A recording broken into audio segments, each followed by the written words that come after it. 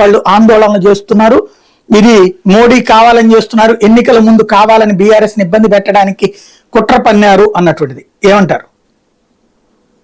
సాయి గారు, మీకు అదేవిధంగా ప్రేక్షకులకు ఛానల్లో ఈ చర్చలో పాల్గొంటున్న పెద్దలందరికీ నమస్కారం తెలియజేస్తూ, మొదట భారతీయ జనతా పార్టీకి దీంతో సంబంధం లేదు, స్పందించాల్సిన అవసరం కూడా లేదు. అయితే ఒక జాతీయ రాజకీయ పార్టీగా ఈ దేశంలో జరుగుతున్న విషయాల మీద ఖచ్చితంగా స్పందిస్తుంది. అయితే కవిత గారి విషయానికి వస్తే, మీరు అన్ని విషయాలు మీకు అందరికీ తెలుసు మీడియా ద్వారా.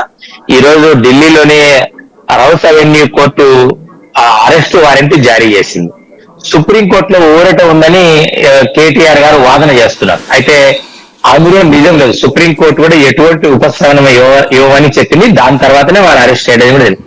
అయితే ఈ అవినీతి ఆరోపణలతో రాజకీయాలలో ఉంది చూడండి, దీన్ని మీలాంటి మిత్రులు పెద్దలందరూ కూడా దేశవ్యాప్తంగా చర్చ జరగాలి. ఎందుకంటే ఎవరైతే అధికారంలో ముందు పొజిషన్ లో ఉన్నారో, పెద్ద పొజిషన్ లో, వారందరూ కూడా దేశంలో స్కాములు చేయడానికి ఏదో మేము పుట్టినట్టు, మాకు హక్కు ఇచ్చినట్టు, మేము సపరేట్ గా చేస్తామన్నట్లు చేస్తున్నారు తప్ప ఇంకొకటి కానే కాదు. కవిత గారు కూడా ఈ కేసులో ఢిల్లీ లిక్కర్ పాలసీకి తర్వాత తెలంగాణకు ఏమి సంబంధం ఉంది? అది కూడా ఒక మహిళ అయి ఉండి లిక్కర్ స్కామ్ లో హోటల్కు ప్రతిరోజు రాత్రిలో విమానంలో వెళ్ళడం, మళ్ళా విమానంలో తిరిగి రావడం, అక్కడ ఒక రూమ్ బుక్ చేయడం, 16 ఫోన్లు పగలగొట్టడము, ఇవన్నీ ఒక్కొక్క ఫోన్ ₹150,000. ఇవన్నిటినీ కూడా ఢిల్లీలో కేజ్రీవాల్ ప్రభుత్వంతో కుమ్మక్కై ఇదంతా ఏమో చెప్తుంటారు కదా చూడండి, ఏమని సౌత్ గ్రూప్ అని చెప్తుంటారు కదా. వీళ్ళందరూ యాక్చువల్ కోర్టు అనొద్దని చెప్పింది. అయినప్పటికీ కూడా సౌత్ గ్రూప్ అని వీళ్ళు వాళ్ళకు లేని అలవాట్లు. ఢిల్లీలో ఒక సిస్టమ్ ఉంటుంది,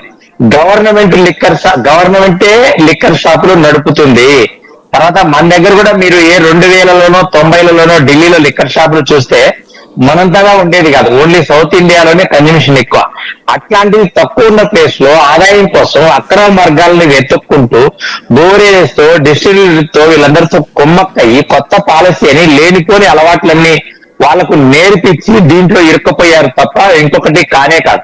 ఇప్పుడు ఈ రోజు తెలుగుదేశం పార్టీలో చేరుతున్నటువంటి మాగుంట శ్రీనివాస్ రెడ్డి గారి వారు అప్రూవర్ గా మారారు ఇదే కేసులో.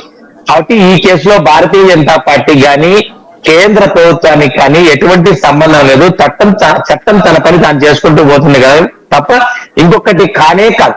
కాబట్టి కాంగ్రెస్ పార్టీ విమర్శిస్తున్నట్లు బీఆర్ఎస్ బీజేపీ రెండు ఒకటే అని వాళ్ళు ప్రచారం చేస్తున్నారు. ఒక నేరేటివ్ ని సృష్టించారు.